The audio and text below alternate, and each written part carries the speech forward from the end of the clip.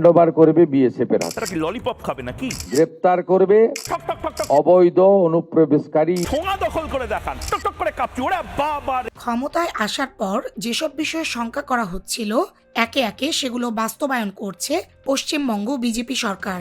এবার কার্যকর হলো বিতর্কিত নাগরিকত্ব আইন সিএএ।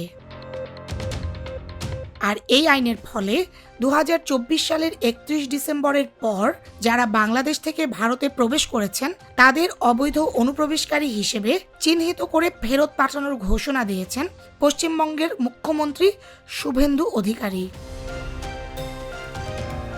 বুধবার নবান্নে বিএসএফ কর্মকর্তাদের সঙ্গে বৈঠক শেষে শুভেন্দু অধিকারী জানান, ভারত সরকারের নির্দেশনা অনুযায়ী এখন থেকে পশ্চিমবঙ্গ পুলিশ অবৈধ বাংলাদেশি অনুপ্রবেশকারীদের আটক করে বিএসএফ এর হাতে তুলে দেবে।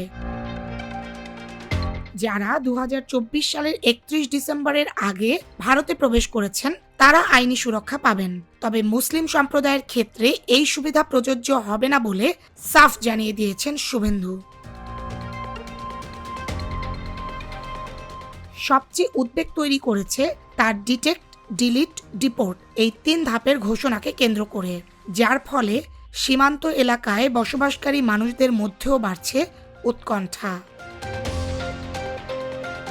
এর আগে সীমান্ত নিরাপত্তা জোরদারে বিএসএফকে 27 কিলোমিটার এলাকায় জমি হস্তান্তরের ঘোষণা দিয়েছে পশ্চিমবঙ্গ সরকার। একই সাথে বলা হয়েছে কাঁটাতারের বেড়া নির্মাণের কথাও। কূটনৈতিক বিশ্লেষকরা বলছেন এই সিদ্ধান্ত শুধু পশ্চিমবঙ্গ নয়, বাংলাদেশ ভারত সীমান্ত পরিস্থিতিতেও নতুন চাপ তৈরি করতে পারে। বিশেষ করে সীমান্তবর্তী অঞ্চলে মানবিক, রাজনৈতিক ও কূটনৈতিক বাস্তবতা এখন কোন দিকে মোড় নেয় সেদিকেই নজর দুই দেশের মানুষের।